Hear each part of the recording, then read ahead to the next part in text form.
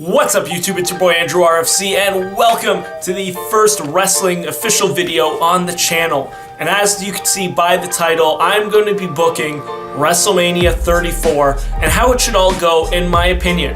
Now it's not only going to just be based on a one night thing, I'm also going to be having follow-up videos of how they should book the Monday Night Raw after Mania as well as the SmackDown after Mania. And I think I have some pretty good ideas and how the show could go I think would make a lot of people very happy. So this is going to be kind of similar, and I got the idea as I think a lot of wrestling fans and whatnot on YouTube have from the guys at What Culture back when they used to do the How They Would Book series. So I'm going to kind of give it a shot, at least with this Wrestlemania. Here's the thing, I am not changing the card, I am going with the exact card that they have, as well as mainly superstars that are confirmed or at least rumored. I'm not going to tell you anything crazy like CM Punk should be Braun Strowman's partner because that is obviously very unrealistic. But if you are new here, of course, smash that like button, hit the subscribe button for more wrestling and other sport content as well. But without further ado, I am very excited for this. Let's get to it. Here's how I would book WrestleMania 34. Alright, so we begin now on the pre-show. And the first one that we have here is the Andre the Giant Memorial Battle Royal. It's pretty crazy that a few years back this was actually a very big deal and it's kind of just slowly went. So of course we have the first winner, Cesaro, which I think it's done okay for him. We had Big Show win it, kind of just because big guy, Andre, you know. And then we also had Baron Corbin win it, which I thought was a very pleasant surprise, but didn't really go as expected. He won Money in the Bank, he won the US title, but now he's not really doing much. And then last year we had Rob Gronkowski show up and help Mojo Rawley because damn, it did a damn lot for Mojo Rawley. Damn. So here's the thing with this year's Andre the Giant Memorial Battle Royal. No nostalgia at all in this one. I don't want to see a returning legend or one of the Hall of Famers or anything come into this match. Let's keep them out and let's focus on the guys who are on the roster right now. So please, no Jeff Jarrett, no Goldberg, none of you guys, stay away. You guys are retired, stay out of the WWE ring. Also, what I want here is the guys that are confirmed, and I want to see is the cruiserweights. The guys from 205 Live, everyone except for Mustafa Ali and Cedric Alexander, obviously, because they have a match later on. Have all these guys come in, make the cruiserweights look good.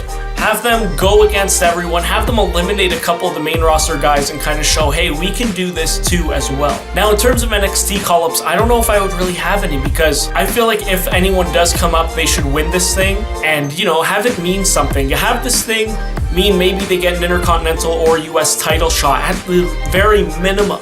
Just something so the trophy actually can go somewhere with the winner. Now speaking of that, who I actually have winning this match, and it is kind of for a purpose of because I think he would actually make this thing be treated like the biggest thing in the world, is Broken or Awoken Matt Hardy. Reason I have Matt Hardy winning this thing is you've seen his promos where he's just staring at the trophy. They're funny, they're the perfect example of what Matt Hardy is. I feel like that he's the guy to win this one, just to have fun with it in a sense.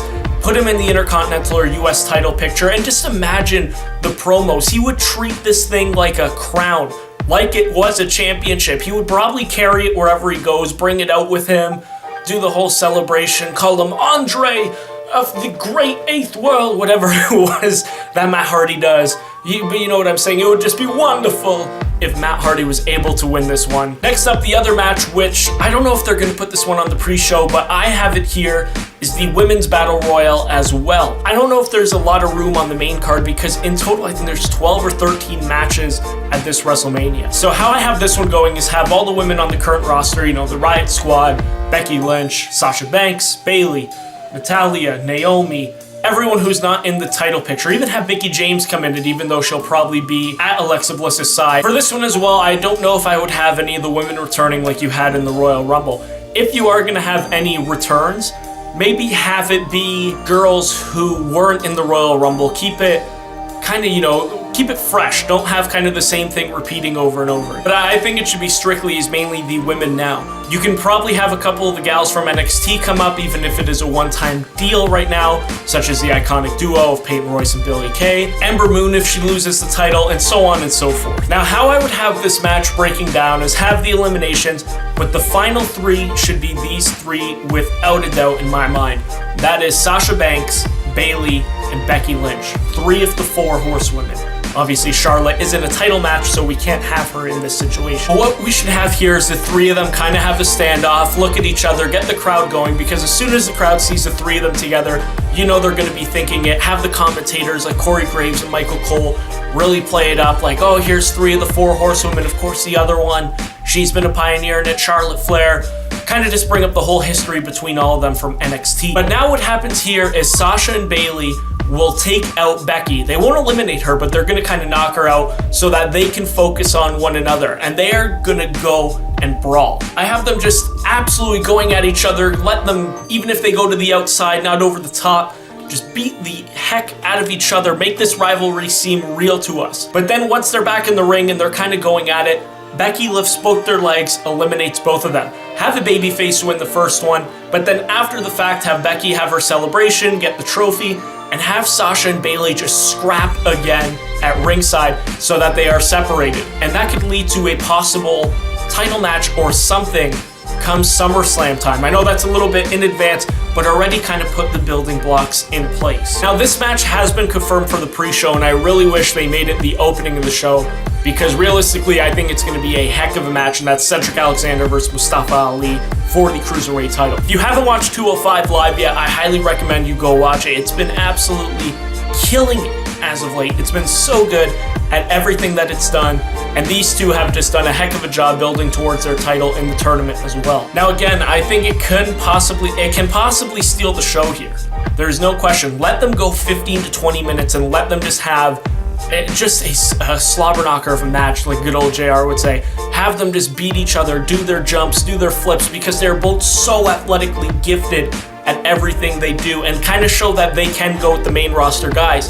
That will also help with the guys in 205 if they do enter the Andre the Giant Memorial Battle Royal. Now, who I have actually winning this match is Cedric Alexander. Reason being, if you guys remember, at the 205 Live tournament, when they did it way back before they had the show and everything else and they were on Raw, what they had was, when he lost his one match, they had the fans yelling, sign him, we want Cedric, and all this. I think this finally is pushed, and he never really got that proper opportunity or push when Enzo Amore became champion. Yeah, that's right, just a few months ago, Enzo Amore was a Cruiserweight champion, ladies and gentlemen. Now what I would have here is possibly look at turning one of them heel. It's kind of hard because Mustafa Ali plays on this whole family thing, and this is my moment, this is my thing. But also Cedric Alexander is very hard to hate because he's so good, and he's kind of got that, he's got the look of a babyface as well. So what you want to do here possibly is the Raw after Mania. I'll explain in that video.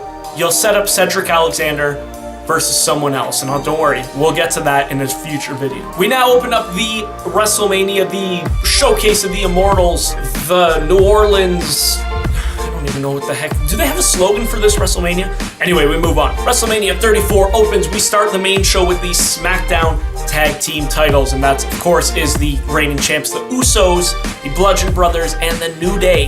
Yes, it is. Now, the big thing in this match is I think they have to make the Bludgeon Brothers look absolutely strong. Make them look like a viable threat because they are talented. Eric Rowan and Luke Harper especially, are both very talented big men who I don't think have ever got enough credit in their career. More specifically, of course, Luke Harper, but I take nothing away from Eric Rowan. Now, this one, again, it's very hard because this is one of the strongest cards, I would say, in the last decade. They're all, again, very talented. Like we've seen what the New Day and the Usos have done together. And I think adding the Bludgeon Brothers is actually a lot of fun because you can have them kind of team up to take them out. You can have them look very strong. There's a lot of variables, and again, it's a match that can probably steal the show. Now, what I have here is the New Day actually getting back the SmackDown Tag Team titles. Reason being is that you look at it last year, they didn't have a match. They were the hosts of WrestleMania. And I believe it was the year before WrestleMania 31, they lost to the League of Nations and then got stunned by Stone Cold Steve Austin. I think it's kind of their WrestleMania moment now to open the show, finally be on the card, and win the titles. As for the Usos, we're going to get to them in a future video. I already got a plan for what's going to be happening with them. The next match I have on the card is the United States title match, the Fatal 4-Way between Randy Orton, Bobby Roode, Rusev, and Jinder Mahal. Now, how do I think WWE is going to book this one?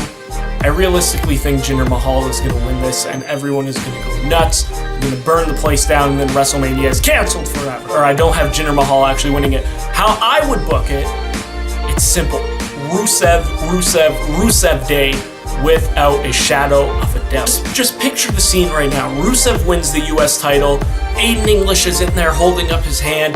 The whole crowd, you're talking almost 70,000 people just going, Rusev Day, Rusev Day. It would be absolute pandemonium. It would be awesome, especially after what I think would be a very good tag team match to start the show. And then you give the fans what they want with Rusev winning the US title again. It would be perfect. Also, Rusev, I hope you come out on your tank, man. I'm really looking forward to that. Now, with this, you can do a lot of things as well. Again, I do have a plan for Randy Orton that I will mention in a future video. Actually, now, here's my plan with Randy Orton is he's going to lose it. He's kind of run the gauntlet on SmackDown. And I'll give this one away, which was kind of going to be in the Raw after Mania. But there's been reports, and I think it might happen. Either Randy Orton is going to take a little bit of time off, or he's going to be moving to Monday Night Raw.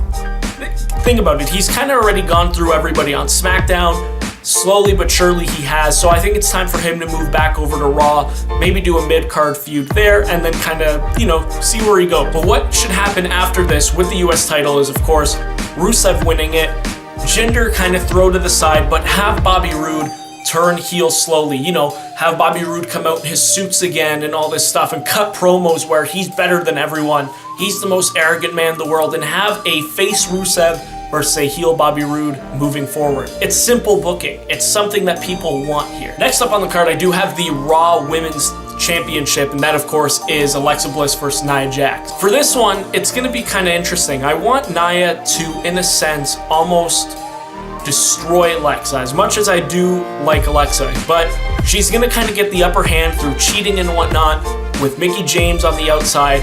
But then this is where I think the storytelling is really going to come into place. Have Nia just get frustrated that she can't put her away and that Mickie James keeps getting involved in the match. So then you have Nia kind of grab Mickie and destroy her on the outside. Have her get Alexa, destroy her on the outside. And just have her get frustrated. And have it be brutal in a sense where Nia puts both of them through an announce table or something, to the fact that where she gets either counted out or disqualified, but she doesn't even care because she wants retribution. She's been embarrassed by Alexa Bliss, where right now the title is not the big thing. She just wants blood. She wants revenge against what Alexa said and did to her. But then this is where it happens. So of course Alexa and Mickie are both knocked out. Nia leaves, she storms off, and you hear some music. B-U-L-O-U-S. That's right, Carmella cashes in and comes to Monday Night Raw. Reason being I have Mella cashing in here is, let's be real, she's already tried to cash in on Charlotte like 2 or 3 times, and she can't do it. And she knows that she can't go up against Asuka and Charlotte. Have her come to Monday Night Raw, where, compared to SmackDown, where they have probably the 2 best women in WWE, have her come here, have her cash in on Alexa, who she used to kind of be close with on SmackDown, have the pin, and then she walks out of WrestleMania the new Raw Women's Champion, and that's all thanks to Nia Jax. Which then you could lead to something there where Nia is saying, well, you're only the champion because I did all the dirty work. The next match after that one, where we kind of have a bit of a surprise, is the Raw Tag Team titles, which will obviously be The Bar versus Braun Strowman and Braun Strowman. I'm kidding, we don't know who his partner is yet. Now, I have a hunch and a bit of a feeling Braun Strowman's partner will be The Big Show. And I know that's going to disappoint a lot of people, but there's been reports that apparently he signed a multi-year deal. People don't know if it's kind of a Legends contract or what really is here. Now, who I would want to see as Braun's partner, which I think would be cool but highly unlikely, is Elias. Think about it, they had their feud, and I think it would be a lot of fun just to see the 2 of them together. They could do a whole thing where Braun brings out that giant cello, and Elias has his guitar. They kind of cut each other off in songs, almost like The Bar did. If not The Big Show, I would like to see Rey Mysterio. Now, this one is very hard unless the injury is a work, and maybe he did sign a full-time contract with WWE, skipping out on New Japan Pro Wrestling. But doing that, obviously, everyone in New Japan would be pretty upset with him. If you want to do an NXT call-up here, I think you got to do a big guy, like almost a Lars Sullivan or an Oney Lorcan, something like that, somebody new, someone fresh. Lars Sullivan, I think, would be cool because he is kind of this bigger monster, and you have him with Braun. I think it would be kind of entertaining to see 2 big guys just run shop on the Raw Tag Team division. Nonetheless, I have Strowman and whoever his partner is winning it. If it is Big Show, you kind of get this nostalgia where Big Show passed the torch to him, and it's going to kind of be a teacher-student thing, which might not be the best thing considering Big Show isn't but here's the thing, Big Show has done well when he was doing his matches with Strowman. They were actually very entertaining matches, so I think with the 2 of them together, you might be injecting this new life and one more kind of goodbye shot for the big show here. If you do go with one of the smaller guys though, like I said, I think regardless, Braun should win these titles because again, I do have a plan for the bar going forward. So that's actually it for the beginning of part 1. If you made it this far, we've hit about half the card, and we're gonna be continuing the rest on a separate video. Again, if you also have made it this far, smash that like button, hit the subscribe button as well. It's been your boy Andrew RFC, and thank you for watching my Wrestlemania, how I would book Wrestlemania 34. Stay tuned for part 2 coming up in just a couple days. Peace, much love, take care, bye.